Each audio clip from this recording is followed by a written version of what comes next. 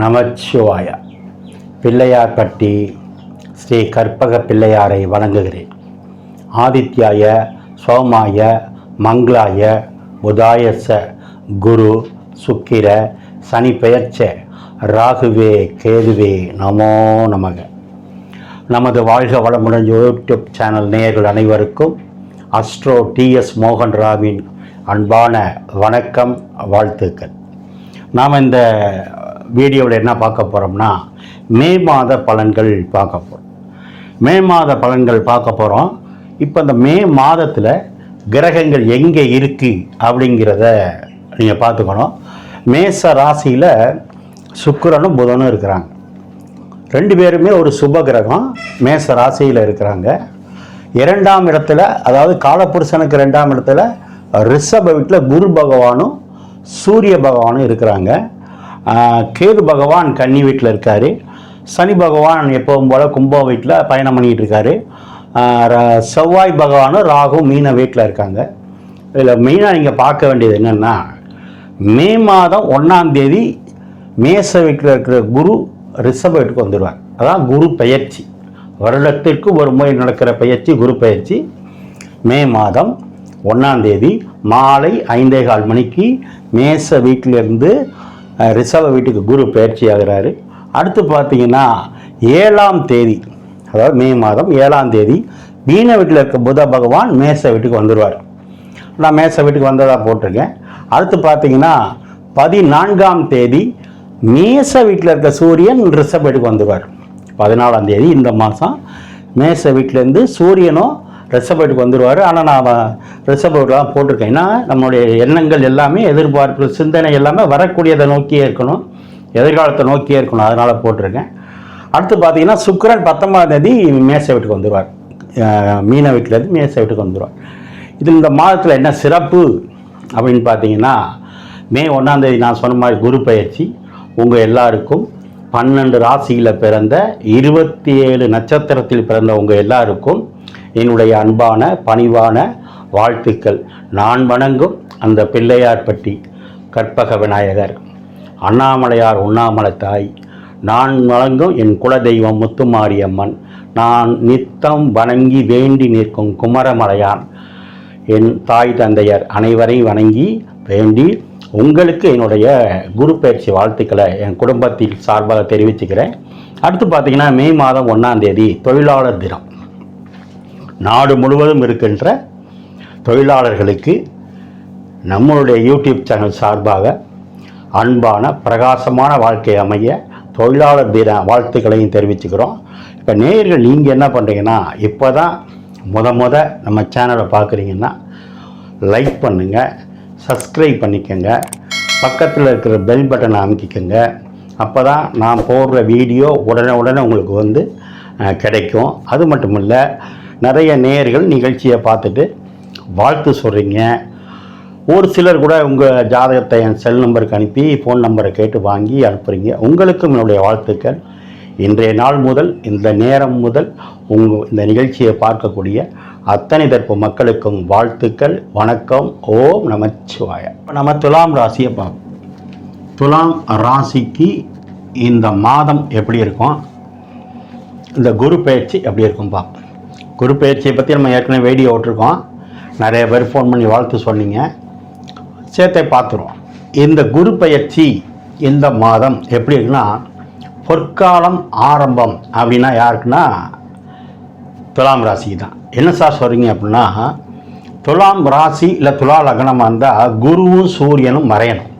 அப்போ தான் இவங்க ஜாதகம் நல்லாயிருக்கும். இவங்க ஜாதகத்தில் யாராவது துலாம் ராசியோ லக்னமாக இருந்தால் குருவும் சூரியனும் மறைஞ்சா அதுக்கு பேர் என்ன, விபரீத ராஜயோகம்னு சொல்கிறது. விபரீத ராஜயோகம்னா என்ன, 3ஆம் இடம் குரு, 6ஆம் இடம் குரு. அது 3, 6 நல்ல கிரகம், சுப கிரகம் அல்ல. யாருக்கு, துலாம் ராசிக்கு. அது போய் எங்கே இருக்குது, 8ஆம் இடத்துல கெட்டு போச்சு. இது ஒரு வெற்றி. இந்த ஆண்டு முழுவதும் இந்த குரு எங்கே இருப்பார், இங்கே தான் இருப்பார். அது ஒரு வெற்றி. எதிரி இல்லை, கடன் இல்லை, நோய் இல்லை. அடுத்து 11ஆம் இடம் பாதகஸ்தானம் சொல்கிறது துலாத்துக்கெல்லாம். அந்த சூரியனும் சேர்ந்து 8ல் இருக்கார். அப்போ 2 பேரும் நல்லவர் இல்லை கெட்டவங்கன்னு சொல்கிறது, அசுப கிரகம் சொல்கிறது. ராசிக்கு 8ஆம் இடத்துல இருந்தால் இதுக்கு பேர் விபரீத ராஜயோகம். அப்படின்னா என்ன அர்த்தம்? எதிரியே இல்லை. உங்களுக்கு எதிரி இல்லைன்னா, உங்களுக்கு பாதகம் இல்லைன்னா நல்லது தானே.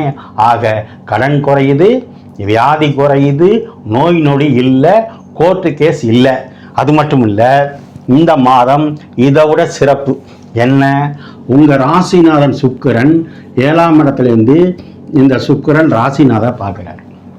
உங்கள் ராசியோ அல்லது உங்கள் லக்னமோ சமசப்தமாக 7ஆம் பார்வையை பார்த்தா நீங்கள் தான் வெற்றி. அது மட்டும் இல்லை, உங்களுக்கு பாக்கியாதிபதி 9 குடையவர். 9 குடையவர் பாக்கியாதிபதி 7ல் இருக்கார். அப்போ 7ஆம் இடத்துல ராசிநாதனும் பாக்கியாதிபதி ஒன்று சேர்ந்து திரும்ப ராசியவே பார்க்குறாங்க.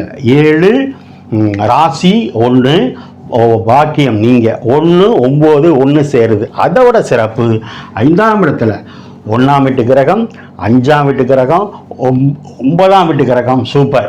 உங்களுக்கு சார் 2 4 1 5 6 கிரகம் வரைஞ்சி கட்டிக்கிட்டு நிற்கிது இந்த வருஷம். அதில் இந்த மாதம் அதோட சூப்பர். இந்த குருவும் சூரியன் சேர்ந்து நேரம் அங்கே பார்க்குறாங்க, 2ஆம் இடத்தை பார்க்குறாங்க. குருனா யார்? பணம். சூரியன்னா யார்? லாபம். சூரியன்னா யார்? அரசாங்கம். குருனா யார்?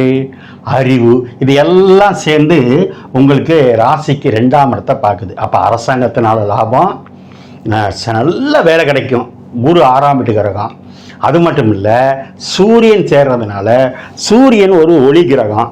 பிரகாசம், வெற்றி, பஞ்சுவாலிட்டி, ஒழுங்கு, கட்டுப்பாடு. அப்போ அரசாங்கத்தினாலையும் உங்களுக்கு லாபம் உண்டு, ஏன்னா 2ஆம் இடத்தை பார்க்கறதுனால. அது மட்டும் இல்லை, நான் ஏற்கனவே சொன்ன மாதிரி ராசிநாதன் ராசியை பார்க்குறாரு, பாக்கியாதிபதி பார்க்குறாரு, பூர்வ புண்ணியம் வலுவாக இருக்குது, கல்யாணம் ஆகும். யாருக்காவது தடுங்கல் ஆகிட்டு இருக்கு சார், எல்லாமே நீங்கள் சொன்ன மாதிரி எனக்கு 6 மாதமாக நல்லா இருக்குது, ஆனால் திருமணம் மட்டும் லேட் ஆகுதுன்னு சொன்னவங்களுக்கெல்லாம் இந்த ராசிநாதன் ராசியை பார்க்கும்போது, இந்த குரு 2ஆம் இடத்தை பார்க்கும்போது, இந்த குரு 12ஆம் இடத்தை பார்க்கும்போது, இந்த குரு 4ஆம் இடத்தை பார்க்கும்போது கண்டிப்பாக திருமணம் ஆகும்.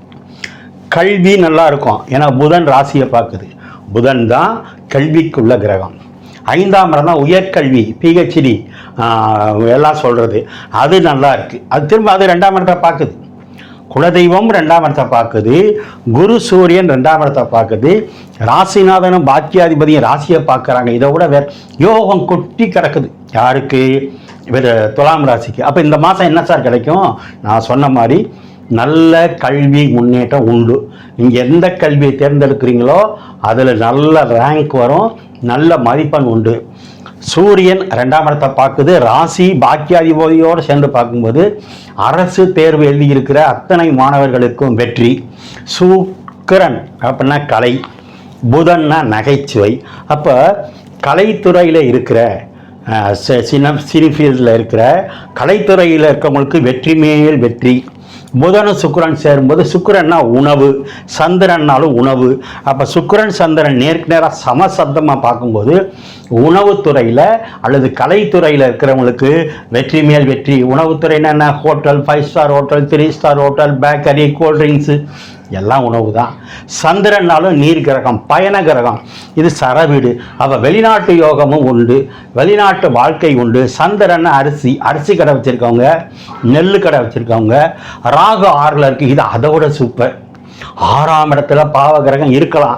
அப்போ ரைஸ் மில் வச்சுருக்கவங்க, ஏன்னா செவ்வாய் சேருது, ரைஸ் மில் வச்சுருக்கவங்க, மர மில் வச்சுருக்கவங்க, சுக்கிரன்னா பர்னிச்சர் கடை வச்சுருக்கோம், அத்தனை பேருக்கும் A to Z வெற்றி பொற்காலம். யாருக்குன்னா துலாம் ராசிக்கு. 12ஆம் இடத்துல இருக்க கேது அழகான அற்புதமான ஆன்மீகத்தை கொடுத்து கோவிலாக போயிட்டுருக்கீங்க. குறிப்பாக துலாம் ராசிக்காரங்க இங்கே சுவாதி நட்சத்திரம் இருக்கிறதுனால பிள்ளையார்பட்டி விநாயகரை வழிபாடு பண்ணலாம். 5ஆம் இடம் குழந்தை. அப்போ திருமணம் நான் சொன்ன மாதிரி நடந்துடும். யாராவது மேசராசி துலாம் ராசியாக இருந்தீங்கன்னா ஏற்கனவே ஒரு சின்ன பிரிவினை வந்திருக்கும், மன கஷ்டம் வந்திருக்கும், அவங்கெல்லாம் ஒன்று சேர்ந்துருவீங்க. இல்லை சார் அதெல்லாம் முடிஞ்சது தான். நான் 2வது திருமணத்துக்கு எதிர்பார்க்குறேன்னா லேட்டே இல்லை, உடனடியாக கிடைக்கும். அதுவும் அழகான மனைவி கிடைக்கும். சுக்கிரன் 7லேருந்து பார்க்கும்போது நீங்களும் அழகாக இருப்பீங்க, வரக்கூடிய மனைவி அதை விட அழகாக இருப்பாங்க. சுக்கிரன் ராசியை பார்க்கும்போது நீங்களே தேஜஸாக அழகாக இருப்பீங்க. 5 வலுவாக இருக்குது. கரெக்டாக 10வது மாதம் குழந்தை உண்டு. எந்த கிரகத்தினாலையும் எந்த பாதிப்பும் இல்லாத ஒரு மாதம், ஒரு ஆண்டு இந்த மே மாதம். யாருக்குன்னா துலாம் ராசிக்கு வேண்டியதெல்லாம் கொடுக்கும், வேண்டியதெல்லாம் கிடைக்க அந்த வேலவன் வழிபாடை பண்ணுங்க. துலாம் ராசிக்காரங்க 11ஆம் தேதியும் 12ஆம் தேதியும் உங்களுக்கு சந்திராஷ்டமம் இருக்குது. அந்த நாட்களில் கவனமாக இருங்க, எச்சரிக்கையாக இருங்க. எழுத்துத்துறையில் இருக்கிறவங்க, ஃபினான்சியலாக இருக்கிறவங்க, வாகனத்துறையில் இருக்கிறவங்க கவனமாக இருங்க. அந்த வேலவன் துணை நிற்பான், வேண்டிய வரம் கொடுப்பான். ஓ நமச்சிவாய.